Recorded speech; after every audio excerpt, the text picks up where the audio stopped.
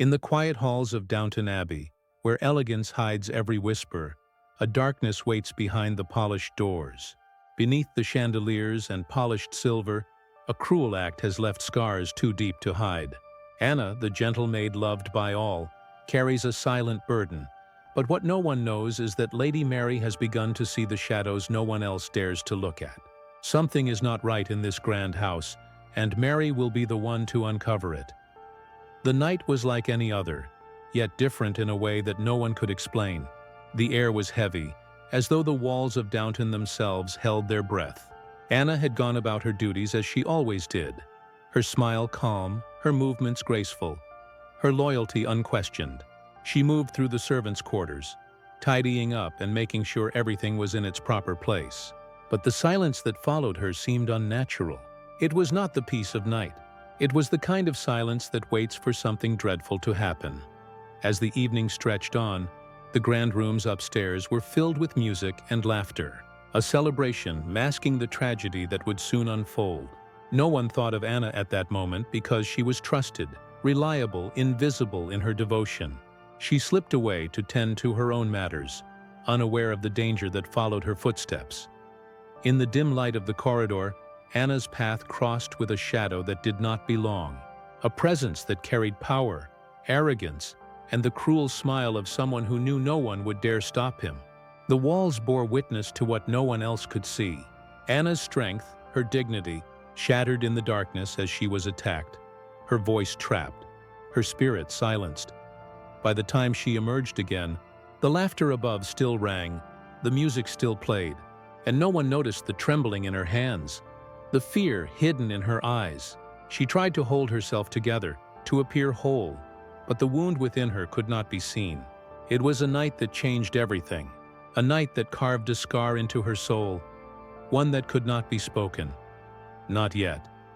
And so the Abbey slept, blissfully unaware of the cruelty that had crept into its heart. But not for long, for while others turned away, one pair of eyes would not. Lady Mary, with her quiet intuition and unshakable resolve, would come to notice what no one else did. In Anna's silence, Mary would begin to hear the truth. And it was this truth that would set her on a path of discovery, one that would uncover the face of Anna's attacker and shake the Abbey to its core. Morning came to Downton Abbey as it always did, sunlight spilling through tall windows, servants moving quietly through their routines, the house waking with the rhythm of tradition. To anyone else, it was a perfect day. But to Mary, something in the air felt unsteady. A shift too small for most to notice, yet sharp enough for her to sense.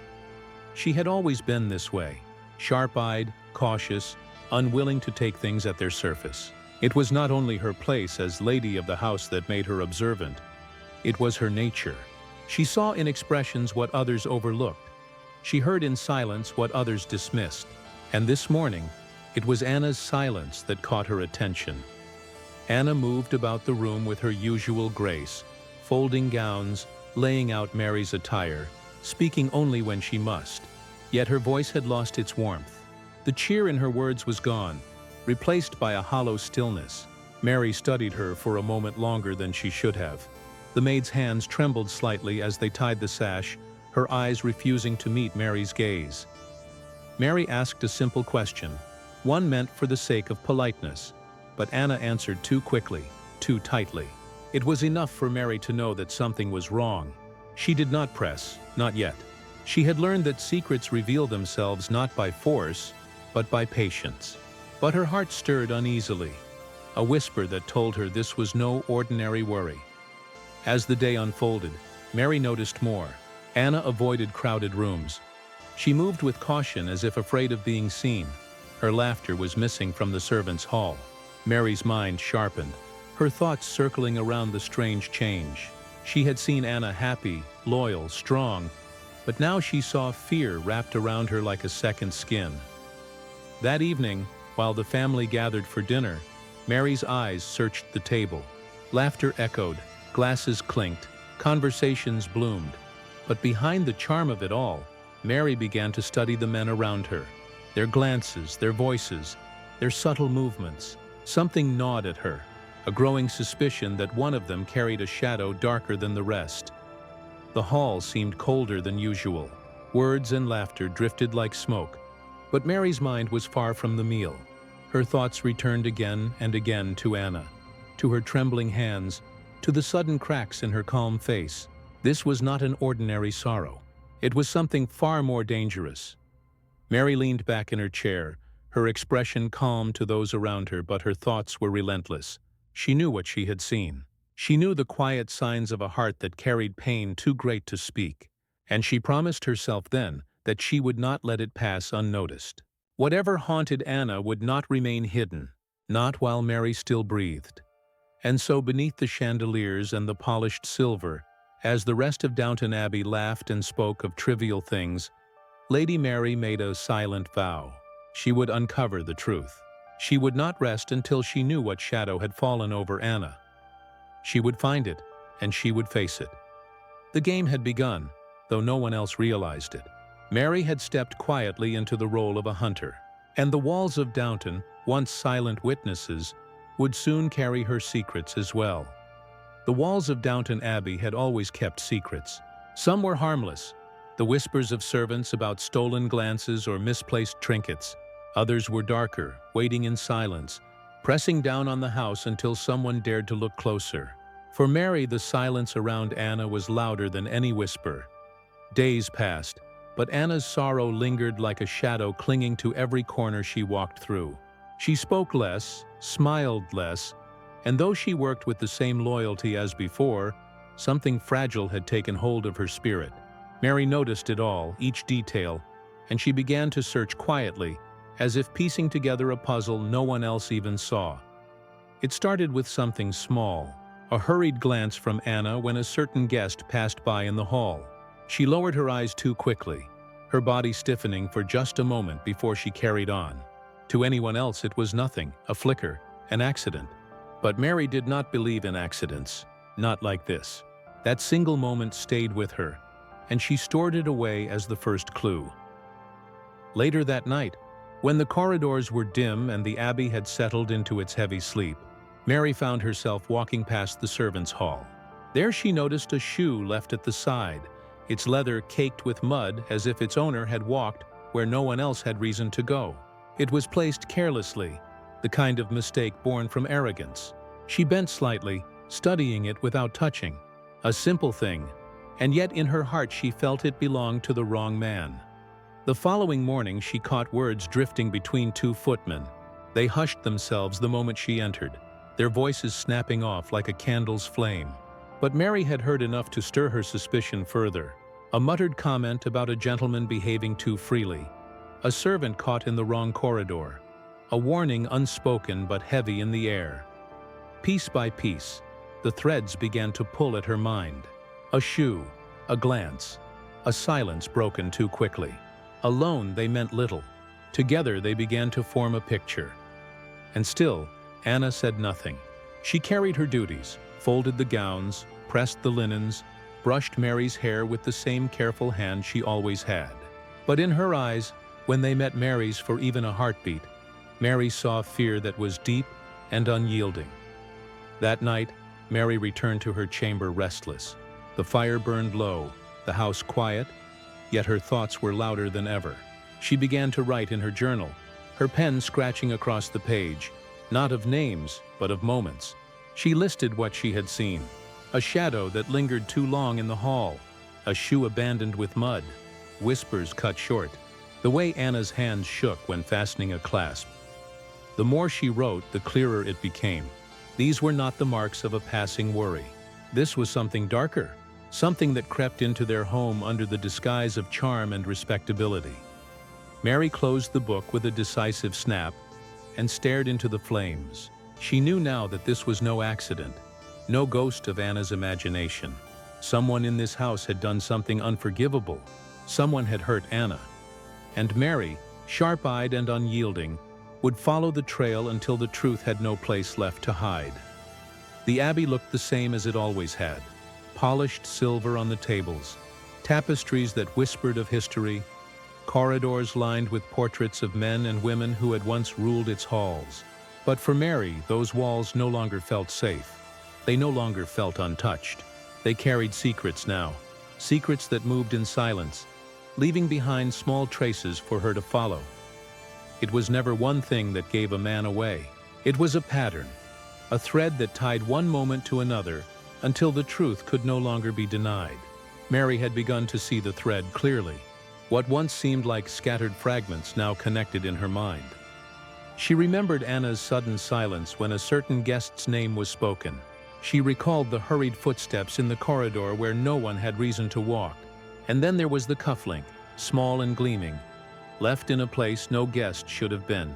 Mary held it once in her palm, studying the engraved initials, her jaw tightening as the image of its owner filled her thoughts. Still, she did not speak. She did not accuse. Instead, she studied. At dinner, her eyes followed his gestures. Too confident, too careless. The way his smile seemed to carry something hidden, something sharp behind the charm.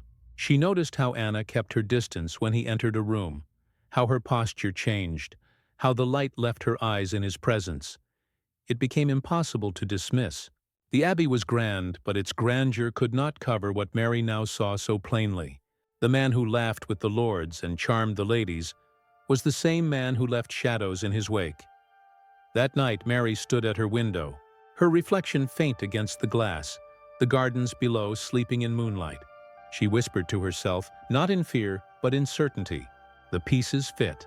Every detail, every silence, every glance. The truth was clear. Her heart pounded with both anger and resolve. Anger for Anna, who had carried this pain in silence. Anger for the audacity of a man who thought he could hide behind respectability. And resolve, because Mary knew she could not turn away. Not now. Not ever. She closed the curtains firmly as though sealing her decision. From this moment forward, she would not rest until the mask was torn away, until the name of Anna's attacker was no longer hidden in whispers. For the first time since that dreadful night, the Abbey itself seemed to shift. It was no longer the sanctuary it once appeared to be. It had become a stage, and Mary was ready to step into the role no one else dared to play. The seeker of truth, the voice for the silenced, the one who would drag the shadow into the light. The Abbey was alive with the noise of another evening gathering. Candles flickered against the golden walls. Voices overlapped in cheerful tones, and the clinking of glasses filled the air like an endless song. To anyone watching, it was a night of grace and laughter. But to Mary it was a theater, and the actor she had been watching for days was about to stumble. She had been patient. She had studied every movement, every careless remark, every trace left behind like crumbs on the path to the truth. And now, the weight of it all pressed on her chest as she sat across the table watching him. The very man who had turned Anna's smile into silence. The very man who believed no one had noticed. His laughter was too loud, his drink raised too often, his words spilling out as though he could charm the entire room into blindness. But Mary's eyes never left him. Behind her calm expression, she held the storm of what she knew. The cufflink that had no business lying where it did. The muddy shoes that spoke of a secret path. The way Anna trembled in his presence. Alone, they were coincidences. Together, they were truth. For a moment, his eyes flicked toward Anna, quick, sharp, as if testing to see whether she would meet his gaze. She did not. She looked down at her work, her body rigid, her face pale. Mary saw it, and that was enough. The room may have been filled with laughter, but between those two glances, the predators and the victims, the silence was deafening. Mary leaned back slightly, her voice calm when she finally spoke, her words carrying a weight no one else seemed to notice at first. She asked about the cufflink. She asked why it had been found where no guest should have been. She asked it casually, a blade hidden beneath silk. His smile faltered, only for a second, but long enough for Mary to see what she needed. His charm cracked, his mask slipped, and the man behind it revealed himself, not with a confession, not with words, but with the smallest flicker of panic that passed through his eyes before he composed himself again. It was done. Mary had seen enough. The man who had hidden behind laughter and silver had unmasked himself with nothing more than a glance. He thought himself safe, but Mary knew. She knew with the certainty of someone who had followed every shadow until it led her straight to him. The abbey carried on as though nothing had changed. Voices rose, music played, glasses lifted high. But for Mary, the world had shifted. The truth was no longer hidden. The attacker was no longer faceless. And now, she carried the knowledge like fire in her chest. A fire that would not let her rest until justice was found. The abbey no longer felt like a home. Its corridors, once warm with the comfort of tradition, now echoed with a quiet unease. The truth had been unearthed in Mary's heart, and though she had not yet spoken it aloud, it weighed heavily in every glance she cast. The attacker's mask had cracked, his shadow revealed, and Mary knew the time for silence had ended. She chose her moment carefully, not in front of the glittering table, not in the echo of laughter that could bury words, but in the hush of the corridor where footsteps softened and voices fell away. He stood there alone, wine in his hand, arrogance still clinging to him like a cloak. Mary's presence startled him, though he tried to hide it. Her eyes met his, unflinching, carrying a truth so sharp it needed no weapon. She asked nothing, she accused nothing. Her words were quiet, deliberate, chosen with care. She spoke of honor, of the kind of trust that should never be broken within these walls. She spoke of cruelty that hides behind charm, of power that feeds on silence. And then she spoke of Anna, not as a servant, not as a maid, but as a woman betrayed by the violence of his hand. His smile faltered again, the mask he wore splitting further, though he tried to laugh it off, tried to dismiss it with the arrogance of someone who believed no one would dare challenge him. But Mary did not yield. She stepped closer, her voice steady, her eyes locked on his, until the silence between them crushed whatever denial he might have clung to. In that silence, his guilt was louder than any confession. When she left him standing there stripped of his false charm, she did not look back. She did not need to. The weight of what she had seen, of what Anna had endured, had already bound her to the next step, to bring truth where silence had ruled too long. Later, when Mary found Anna alone, the confrontation had left its mark on her. She did not speak of the details. She did not ask for confession. Instead, she reached for Anna's hand. The maid's fingers trembled, but in Mary's grip there was strength. No words were needed. The truth had been acknowledged. Anna's eyes filled with tears that she could no longer hold back. For the first time since that night, she allowed her pain to show. And Mary, with quiet resolve, promised her through action, not speeches, that she would not face this shadow alone. The abbey stood silent, as if listening, as if bearing witness to what had passed between them. Its grand halls, its painted ceilings, its endless history had seen scandals and sorrows before. But this moment was different. This was not about rank or legacy. This was about a woman's pain and another woman's vow to seek justice. The confrontation had ended, but its echo would remain. For Mary had turned her suspicion into certainty, and certainty into action. The attacker could no longer hide. The silence that had cloaked Anna's suffering had been broken, and the house itself seemed to breathe differently, as if preparing for the storm yet to come. The days after the truth felt quieter, but not with peace. Quieter in the way that follows a storm, when the air still trembles from thunder and the ground carries the memory of rain. The abbey moved forward in its routines, its doors opening, its tables dressed, its guests entertained. Yet beneath the surface, nothing was the same. Anna no longer tried to hide the weariness in her eyes. She did not confess the full truth aloud, but she no longer carried it entirely alone. In Mary's presence, she found a kind of shelter, not spoken but felt. The certainty that her pain had been seen, that her silence had not gone unheard. The bond between mistress and maid had shifted, no longer bound only by duty, but by something deeper. The quiet solidarity of women standing against cruelty. Mary, too, carried a change within her. She looked upon the halls of Downton with new eyes, no longer dazzled by the wealth and grandeur, but sharpened by the knowledge that such beauty could hide rot beneath its surface. She did not shrink from it.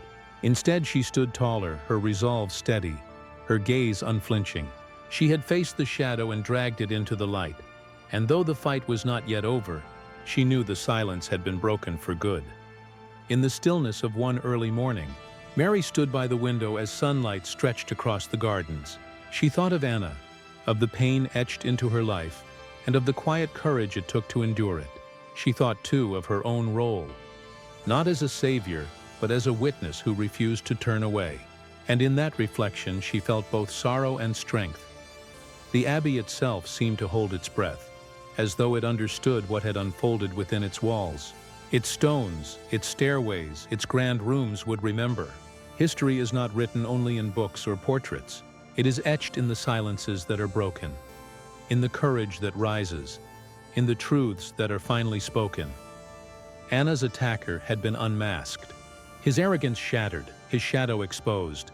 And though justice was a path that still lay ahead, the first and most difficult step had been taken, the step of refusing to remain silent.